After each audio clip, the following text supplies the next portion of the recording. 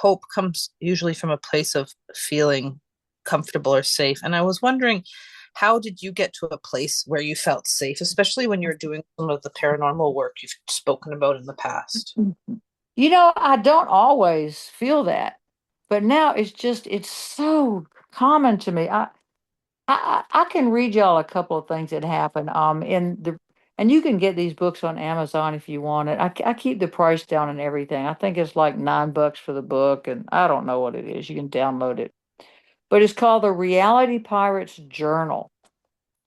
And on page 161, I tell the story that happened. It's called Never Alone, and I'll read this to you. Tom and I were at Pinehurst Country Club. It was a military event that we go to occasionally. It's in Fayetteville, North Carolina.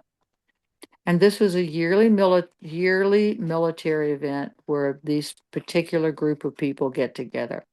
That's all I want to say about that. Tom and I ordered room service and were sitting in bed eating and watching TV. I had set my glasses on my side table and heard them hit the floor.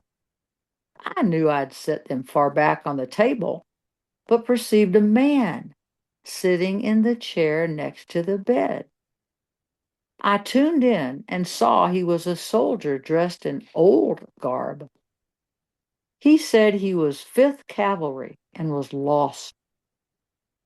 As he turned his head, I saw the left side of his face was blown off and bloody.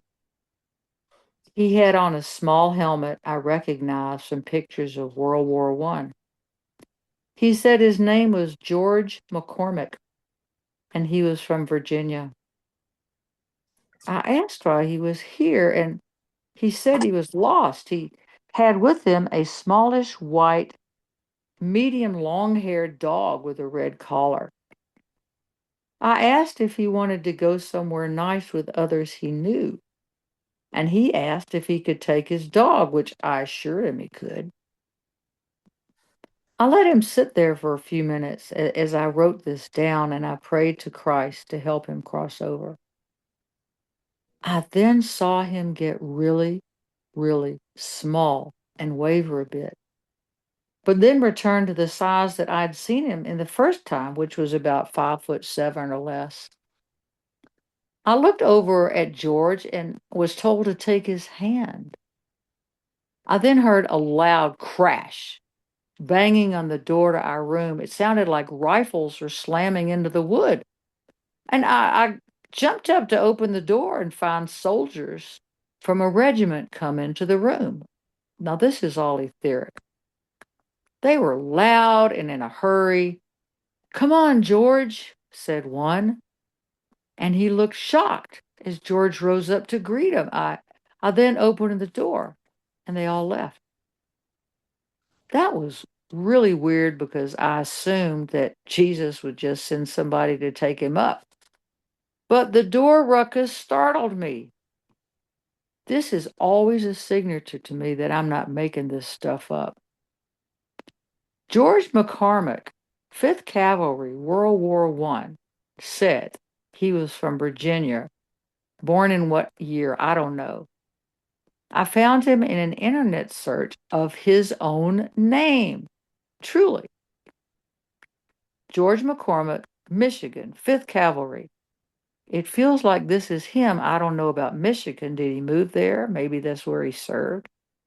I felt so teary and so grateful that I could help him cross over. And here his name was on the internet.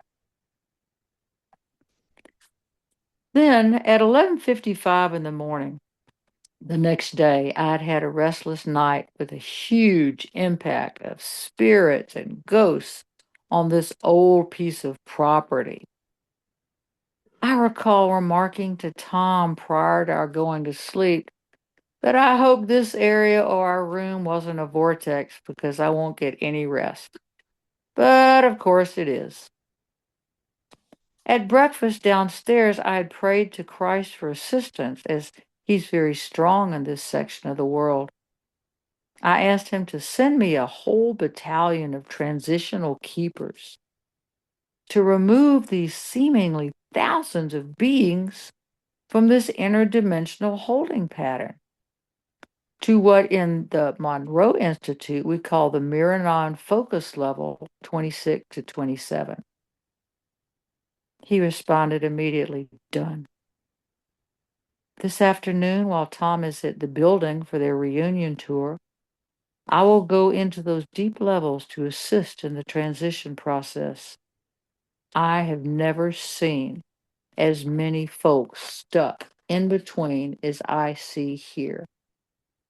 A good 90% are soldiers from numerous wars and many Earth time eras. There are so many African American slaves and their freemen.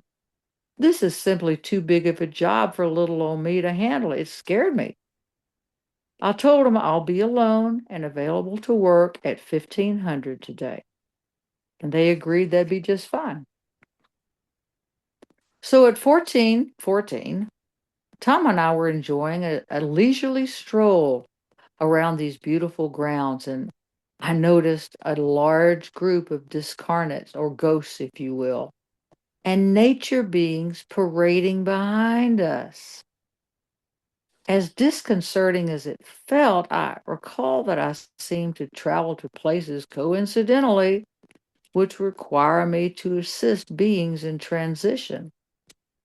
I think I've already told y'all about that hotel in Asheville, the Plantation, New Orleans, the Montana ghost towns. Oh, we'll talk about that next. Okay, it's 15:15. Tom went over to the building to see his buddies, and here I am.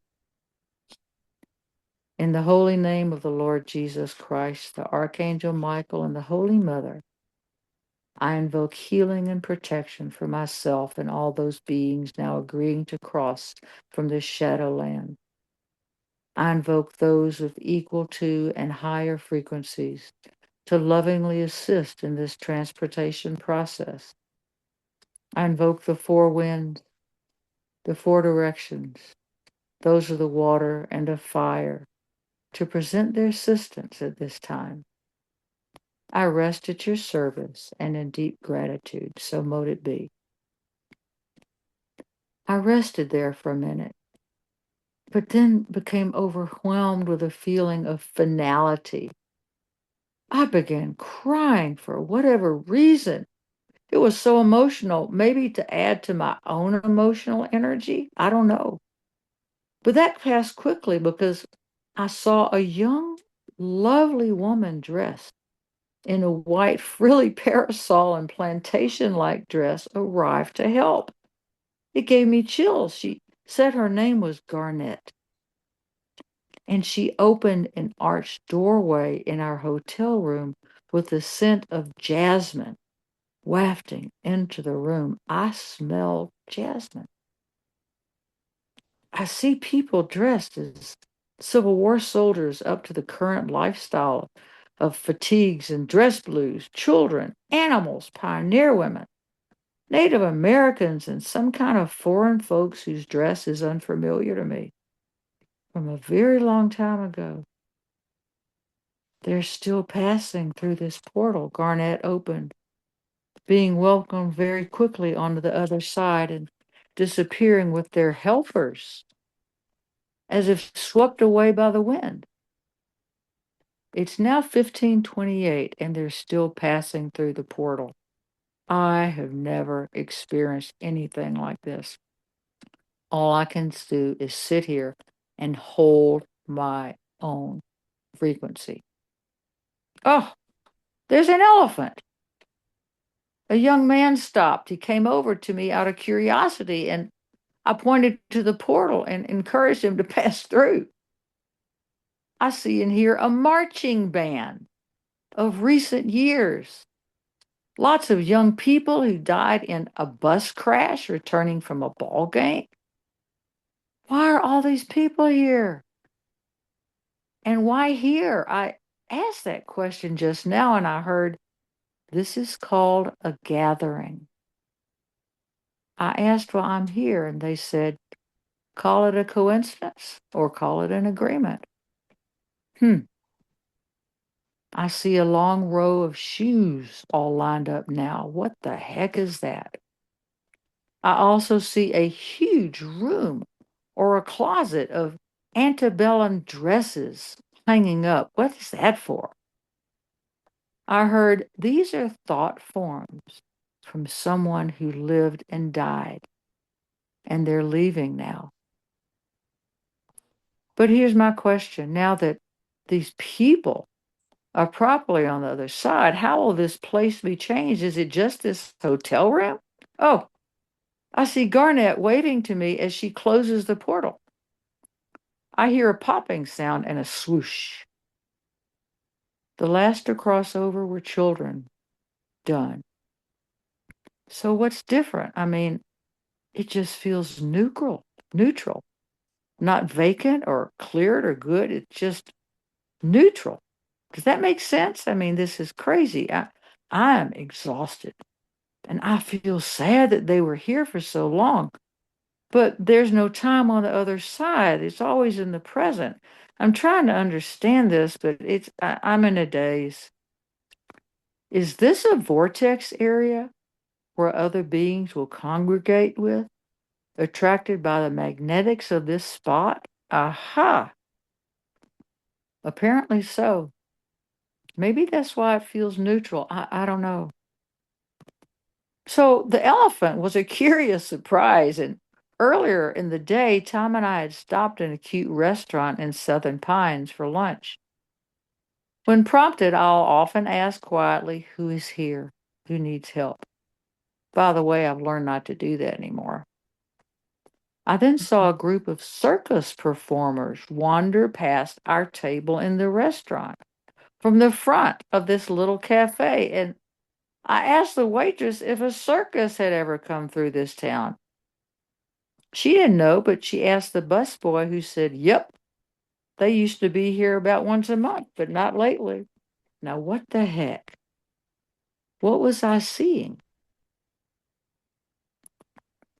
So, when we got back to the hotel room, I was very disconcerted by all this. It was quite comical in a way. And I decided that it would be beneficial to create a doorway, like a transition area from, oh, I don't know, here to there. I don't know what you would call it.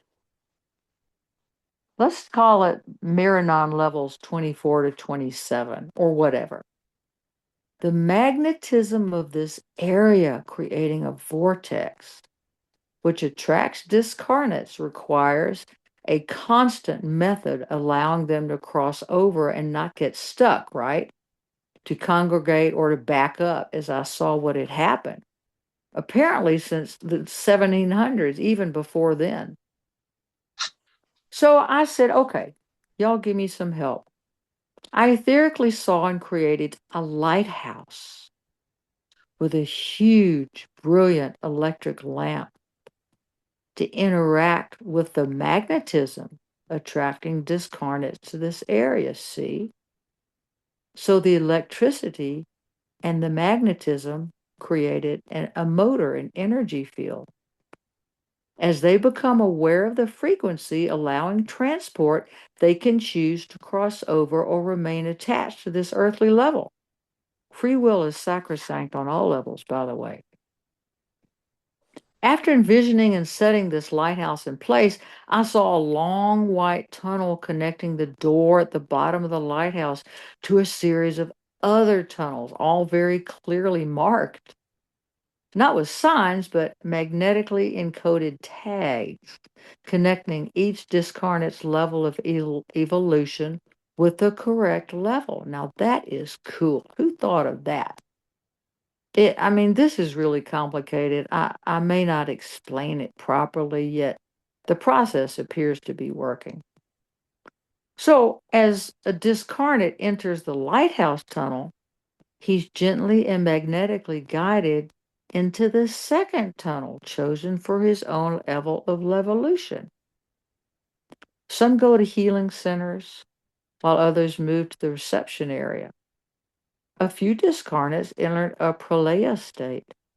This is all I know at the time, but the system appears to be set up without potential for disruption. As I sit writing this in our hotel room, I feel shades, shadows of being without the emotional stickiness I would feel if they were actually present. I wonder what's going on, but interesting nonetheless. I don't know. I actually smell an electrical charge, if that makes sense. Like before a thunderstorm, kind of salty, musky, and distant.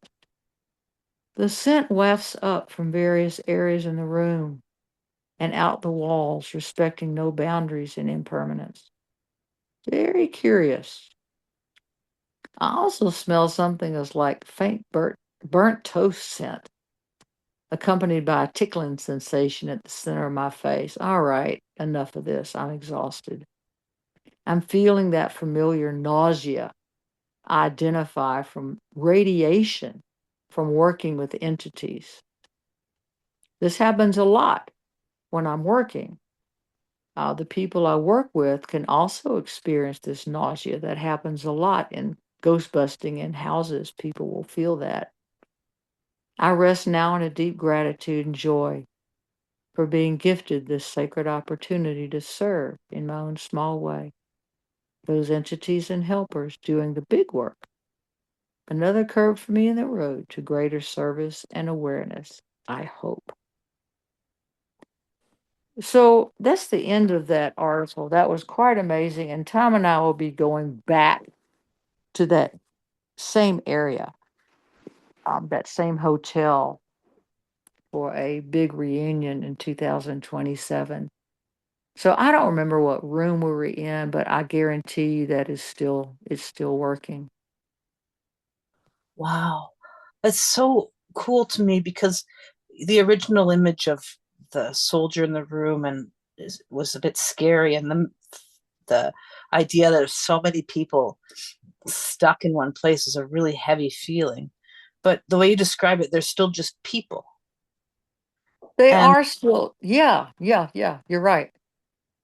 and that Souls. collaboration brings a tear to my eye. It's so there's so much peace, and it's brilliant to really consider what's possible. And it is. And I kind of wondered if it was even real until we went to eat in that restaurant and that circus thing came through. So I think Uh, the elephant came through. They were showing me, yeah, you better trust this, Zoe. Get the hell out of the way and let us do our work. that's a good reminder for all of us. A lot of the time, I think we get in the way. Well, because we're here to deal with the physical world. We're not here to deal with, how can I say, we're not here to live so much in the woo woo that we can't live here physically. And dealing with ghosts is what you want to call them. I'll tell you, there's another quick one. This is on page 169. This is Virginia City, Montana. Tom and I are driving back from West Yellowstone, Montana. It's about 6 hours from our house. We're just leaving Virginia City, where we stopped to have lunch. We're about 4 gates from the west gate of Yellowstone. So my whole opinion of ghost towns or old towns has totally changed from when we stopped to walk around the city when we left. And I'll tell you why. So we decided to stop and eat in a cafe, one of those long buildings with the original tin stamp ceiling. I love that. That's so cool. As we sat down, got us some iced tea, I said, "All right, who's here? I give up. What's going on?" I know better than to open that door. I started smelling chemicals, something medical, and I saw nurses or medical personnel walking the length of the building, aware that we're in Virginia City. It's an old mining town. What the heck? I asked the waitress if she knew had this been a hospital or medical clinic. The owner came up and said, no, it was never a medical building. It was built in 1938, but a lot of the town had burned down. This was not a medical facility that I know of, but for me, the Zoli method is to pursue things and ask what was next door. She said, well, the wall between the buildings is new, but there was a barber shop there in the past. Aha, there it is. I know that in the 1800s and before, a lot of the barbers were also surgeons. God help you. We chatted more, and I decided not to pick up on any more stuff. Just eat my buffalo burger and go home. As we left the cafe, I walked out onto the boardwalk.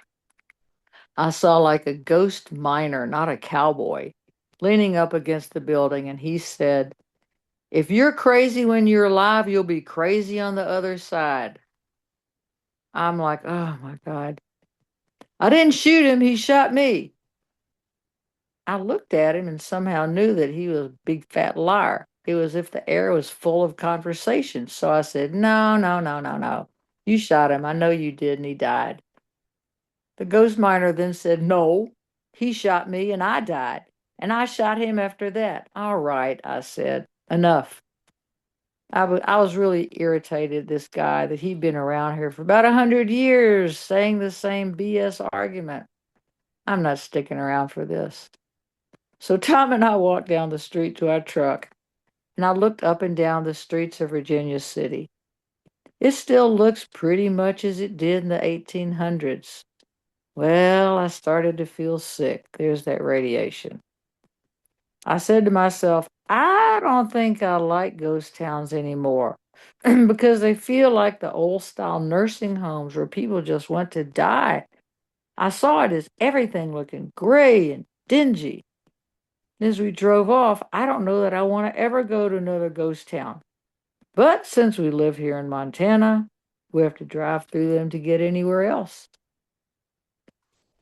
So when we were in Yellowstone, a being showed up standing right in front of me, said he was a suicide. I started seeing a thin veil of him before we left.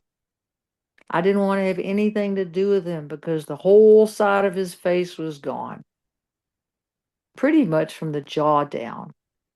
When he was alive, he had blue eyes and red hair.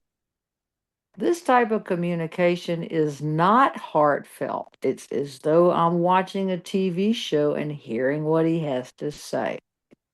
So I agreed I'll listen but not do anything about it. But here's what he said.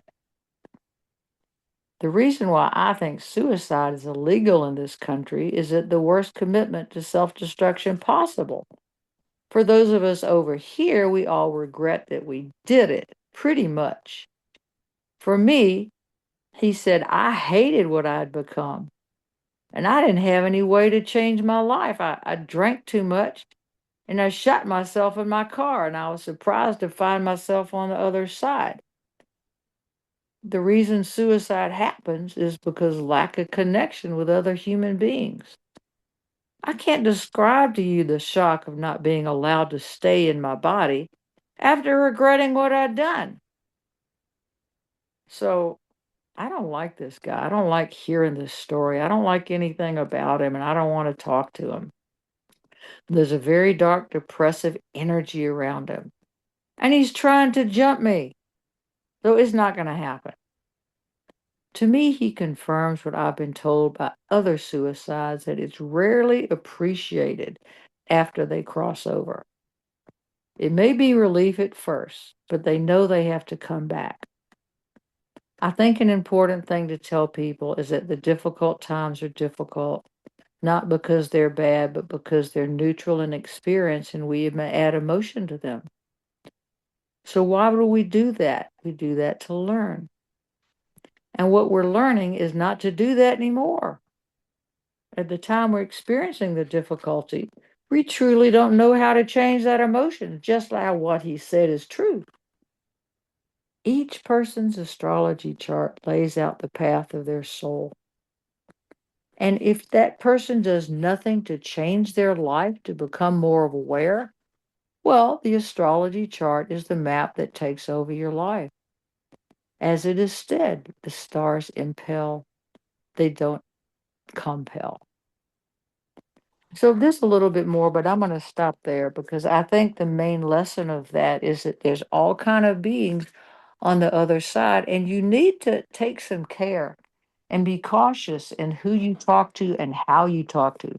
Because some of them that died regret that they died and they want to jump right back into a body.